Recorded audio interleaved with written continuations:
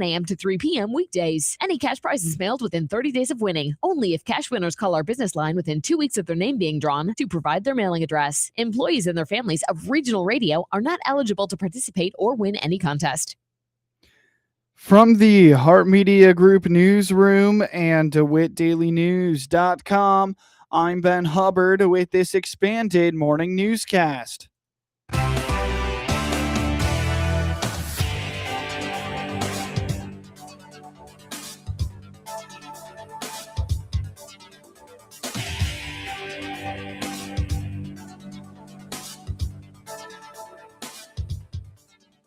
Good morning and thanks for being with us. I'm your host today, Ben Hubbard. You're listening to the WHOW Morning Show. The DeWitt County Development Council is monitoring the nationwide boom in data center construction. On the WHOW Morning Show Monday, DCDC Executive Director Kurt Homan told the Heart Media Group he has received at least one inquiry regarding a proposed local data center to the DeWitt County Board. Because data center development carries significant community-wide implications, he believes the issue must be managed and believes the county needs to take up these discussions. I mean, I will tell you, I've received at least one call, about a proposed data center. I pass that information, on to the county board. It's such a bigger issue than DCDC that really it needs to be at least handled or addressed in that area. But it's a big. They're popping up everywhere. So if if anyone follows the stock market or national news or those types of things, the reason that the stock market has continued to boom is because of artificial intelligence and data center builds. Okay. So if we think, and this is a nationwide level, if we think data centers aren't going to be built somewhere, we're fooling ourselves. So it is such a financial boom for companies. And so they are very actively searching for build locations. While community discussions often focus on the negative impacts of data centers, such as heavy water consumption, noise pollution, and the conversion of local farmland, Homan points out the underlying technology is rapidly evolving. And it is interesting, the technology, a lot of the comments I see on social media, the technology will improve. And I agree with that, but it already has. So there's already a lot of variance in those things. What do you mean by the technology has improved? So I think some of the arguments against, data centers are water usage. I think there's some noise, they oftentimes are built where maybe there was farm ground that was there. And my understanding, I've researched and I've seen places that there's a high water usage. Then I've also researched places that a data center uses less water on an annual basis than an 18-hole golf course. So there's closed loop systems, very much like the nuclear power plant. The lake is there as a cooling. Well, it's not diverting water necessarily. It's just using that as a cooling system. Right. So I think there's a lot of information out there. There's a lot of misinformation out there. There's probably things we haven't even thought about, with data centers. But DCDC does not. We work with whatever the community gives us to work with, and that's where we go. While the DCDC does not take an official position on data centers, Homan advises the county to engage in proactive planning. His primarily operational concern is the potential loss of local zoning control to the state of Illinois. I would advise the conversations, to sit down and what I'm really concerned about is losing local control over what happens with data centers. Right. So, the state of Illinois is really like a drug addict. It needs financial resources. And if the state of Illinois steps in and says, a data center may say, we have $30 million to allocate to the local community. If the state of Illinois comes in and negotiates those deals, they're going to take $29.5 million of that $30 million. DeWitt County or other areas will have the data center there. They'll have no say on what type of data center it is, what type of are they using that closed loop facility. You lose that say, and then you also lose a big substantial financial benefit. If you're forced to have the negative impacts of any of those projects, you ought to at least get some of the positive impacts with some of the financial resources that come along with that. But if the state steps in and says, no, you're going to have all of the negative impact, and the state of Illinois is going to keep all of the positive impact. Yeah. That is a no-win situation for every area. The DeWitt County Board at its May meeting shot down a proposal to move forward in planning for data centers through the Zoning Board of Appeals process. The issue was widely rejected by the public. A Piatt County school district has recently been test running some new initiatives that they are now planning to make permanent. Monticello Schools Superintendent Adam Clapp explains that over the last year, the district has been piloting some new electives in the middle school curriculum, all of which he says were extremely popular with the students who participated in them. Yeah, so at the middle school, we piloted electives this year with a middle school fitness class, middle school ag, and middle school Spanish. They all went extremely well. They were very popular. We just chartered our middle school FFA and had a dedication earlier, late April. So that was cool. So we will have a middle school FFA chapter and a high school FFA chapter. They'll work together at times, but they will be separate groups of students. So that's really exciting. The fitness program was very popular. Our kids got to learn the foundation and fundamentals of fitness and cardio and weightlifting. It's not like we're going in there and powerlifting. We're going in there learning true form and starting out with no weights and or just body weight and learning form. So it was a really good exercise for our 8th graders. And then Spanish as well. This was an introduction to Spanish. It went really well. A very popular class. Mr. Johns did a really nice job with that. The new classes were so well liked that Clapp indicates they will be making the courses permanent and expanding them to 7th graders in an effort to grow the district's offerings for its middle schoolers. And now those programs went so well that we are expanding it. 7th graders will get the opportunity as well next year, and they'll become permanent electives at the middle school. So Mrs. Klein, our ag teacher at the middle school, did an excellent job kind of gain the kids' interest. Mr. Rosenberry, he's our track coach as well. So he has a very good background in fitness. He got kids motivated. My daughters are 8th graders, so they were part of the pilot program. They both of them, the twins, took ag as an elective and fitness as an elective and enjoyed both of them. I did get to hear about the fitness workouts when they started to get a little bit harder than they're used to, but it was really good. And just kind of all 3 of these programs will lead right into our high school programs, which I think just make our high school programs even stronger. Mm-hmm. The expansion of the Spanish program sets the district up for the incoming state mandate, which will require students to take at least 2 years of Spanish before graduating. Clapp does feel that districts statewide will struggle to find more Spanish teachers as that regulation rolls out. Spanish is the only language we offer at the high school. If you go back to 7 or 8 years ago, we did offer French and Spanish, but the numbers in French kind of dwindled to where it became more of a part-time position. And then eventually there wasn't enough interest to keep it even at part-time. So we do just have Spanish as our one language we offer. And I would say, there's a lot of controversy at the state level, with the mandate of every student needs to take 2 years of Spanish by the time they graduate. I think that becomes a law in 2028 or 2029 with that freshman class. That will be a challenge because there are not enough Spanish teachers in the state of Illinois to fulfill the number of kids we would anticipate taking Spanish. Keep up with all the latest from Monticello schools by visiting sages.us or by finding the district on Facebook. Get news anytime from your computer or your mobile device, all free, all the time at DeWittDailyNews.com. Here's Matt Hart, owner of the Hart Media Group in Clinton.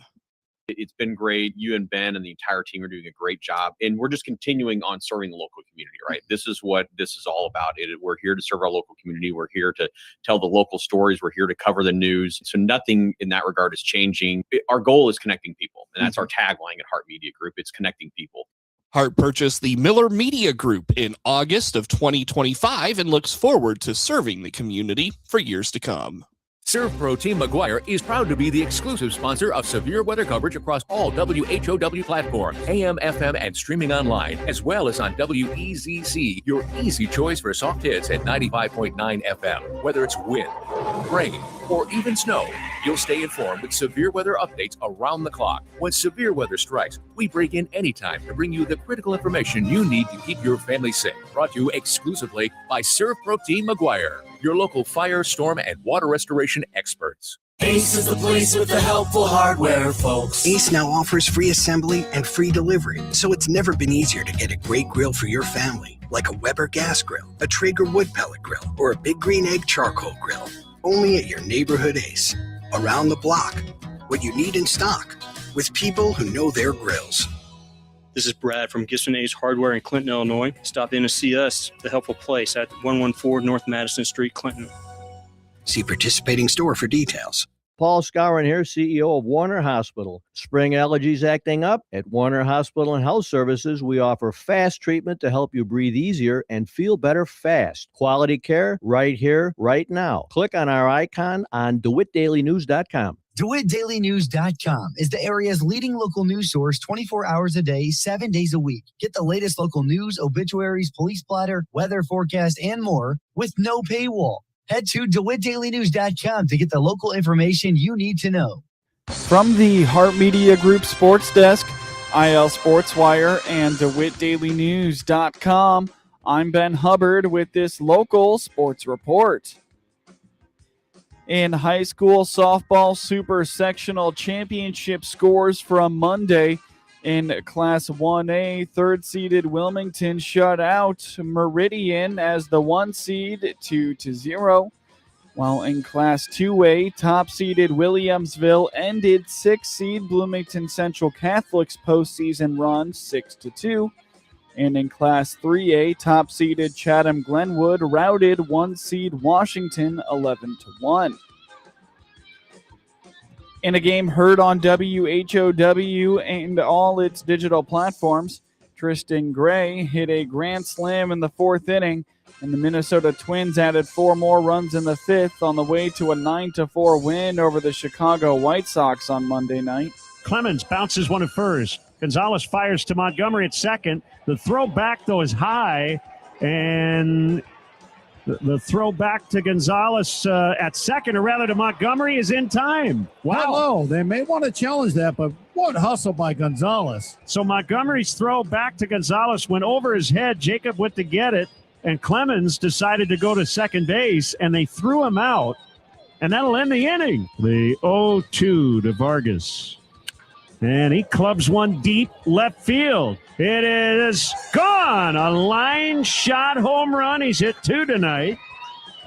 They're not done yet. It's 9-6 all of a sudden. Have a night, Miguel Vargas. Here, the second game in the Sox 3-game series with the Twins tonight on WHOW. Pre-game starts at 6 p.m. Jacob deGrom tossed 5 scoreless innings to earn his 100th career win, and Ezekiel Duran hit 3 hits as the Texas Rangers beat the St. Louis Cardinals 2-1 on Monday night.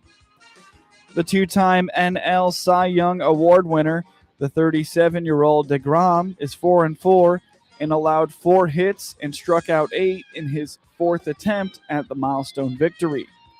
The right-hander went 1-3 with a 5.72 ERA in 5 May starts and has not won this season when allowing multiple runs. Jacob Latz pitched a perfect 9th for his 8th save to help the Rangers win their 4th straight game. Michael McGreevy is 3-5 and gave up 2 runs on 5 hits and 2 walks in 6 innings after yielding 8 runs in 9 innings over his previous 2 starts. Mason Wynn lined his second home run of the season down the left field line off reliever Peyton Gray to cut Texas's lead to 2-1 in the sixth. Jock Peterson hit an RBI single up the middle to drive in Danny Jansen. After Jansen walked, stole second base, and advanced to third on Nicky Lopez's single in the fifth to make it 2-0. Duran lined an RBI double to the left field wall to drive in Brandon Nimmo and give Texas a 1-0 lead in the fourth. Rangers right-hander Nathan Eovaldi is 5-6 with a 3.93 ERA and will face Cardinals right-hander Dustin May, who is 3-6 with a 4.57 ERA in the middle game of the series on Tuesday night. In scores from around the MLB on Monday, the Detroit Tigers beat the Tampa Bay Rays 10-9, while the Miami Marlins took down the Washington Nationals 7-3. The Kansas City Royals routed the Cincinnati Reds 9-2, while the Milwaukee Brewers romped the San Francisco Giants 16-2. The Colorado Rockies beat the LA Angels 9-8, while the Arizona Diamondbacks beat the LA Dodgers 4-1, and the Seattle Mariners took down the New York Mets 3-2 in 10 innings. The Tampa Bay Lightning acquired the rights to forward prospect Jack Pridham in a trade with the Chicago Blackhawks on Monday. The 20-year-old Pridham was selected by Chicago in the third round of the 2024 draft. He was eligible to re-enter the draft if he didn't sign an entry-level contract with an NHL team or commit to a college by 5 p.m. Eastern on Monday. Tampa Bay said Pridham had committed to play NCAA hockey next season, and the school was expected to be announced in the coming days. The Blackhawks received a third-round selection in the 2027 draft in the deal with the Lightning. Pridham had 46 goals and 44 assists in 65 games this season with Kitchener in the Ontario Hockey League. He also helped the Rangers win the OHL Championship and Memorial Cup. The Cleveland Browns traded the two-time AP NFL Defensive Player of the Year, Myles Garrett, to the Los Angeles Rams for pass rusher Jared Verse and 3 draft picks in a blockbuster deal on Monday. Garrett was the unanimous choice for Defensive Player of the Year last season after he had 23 sacks and broke the NFL single-season record. He is expected to report to the Rams facility on Tuesday and have a news conference to discuss the trade. Garrett's addition marks the first time the reigning AP NFL MVP and Defensive Player of the Year will be teammates. Rams quarterback Matthew Stafford won his first MVP award last season. The Browns get Verse, the 2024 AP NFL Defensive Rookie of the Year, a 2027 first-round selection, a second-round pick in 2028, and a 2029 third-round selection. Versus acquisition gives the Browns the past 2 AP Defensive Rookies of the Year. Carson Schweisinger won last season after leading NFL rookies with 156 tackles and 11 tackles for loss. The trade also elevated the Rams to Super Bowl favorites. A.J. Brown is leaving a frustrating experience in Philadelphia for a new reunion in New England with his first NFL coach. The Eagles traded the star receiver to the Patriots on Monday, putting a cap on the long-rumored deal. The Eagles will receive a first-round pick in 2028 and a fifth-round pick in 2027 for the 3-time Pro Bowler. The trade comes after a frustrating 2025 season for Brown in Philadelphia, which he had grown dispirited with an Eagles offense that played uninspired football at times, while the team failed to defend its Super Bowl title. Brown played under Vrabel for 3 seasons after being drafted by the Titans in 2019. Get highlights of your local high school program by finding IL SportsWire on your preferred social media platforms, and get local sports anytime at DeWittDailyNews.com. This is Seth Lawrence, station manager for the Heart Media Group here in Clinton. We take pride in being Clinton and Central Illinois' local radio stations each and every day, 7 days a week. What does local news mean? Here's a sample. Keeping those vehicles locked. We've been fortunate. We've not had a serious rash of car burglaries for quite some time. I can just assure you that we're done kicking the can down the road, and I think we have 3 places. Okay. I think we found it. And at that time, we said we had no interest, or nobody was inquiring about data centers. Well, shortly after that, I did get approached by a developer who inquired about our potential interest. You hear the local people that make the news every day, 7 days a week. Follow WHOW on Facebook and Instagram to see the faces behind the voices and stay connected to your local community on WHOW and WEZC. WHOW is Central Illinois' ag station, and that includes providing farmers information on how the commodity markets close each day and week. I'm Todd Gleason from Illinois Public Media, University of Illinois Extension, inviting you to hear the daily closing market report weekday afternoons at 5:06, and on Saturdays, tune in for Commodity Week with a review of the week's markets at 8:30 in the morning, all on WHOW, AM, FM, and streamed online. MR Systems Wireless is your local internet provider for Clinton and surrounding area. They have the products you want and the local service you deserve. MR Systems Wireless Internet service for home or business includes unlimited data, unlimited streaming, and unlimited calling. Plans start at just $48 a month and get a free Roku 4 lease with our media packages. Get the speed you need with MR Systems Wireless. Call them at 935-2100. That's 935-2100 for MR Systems Wireless.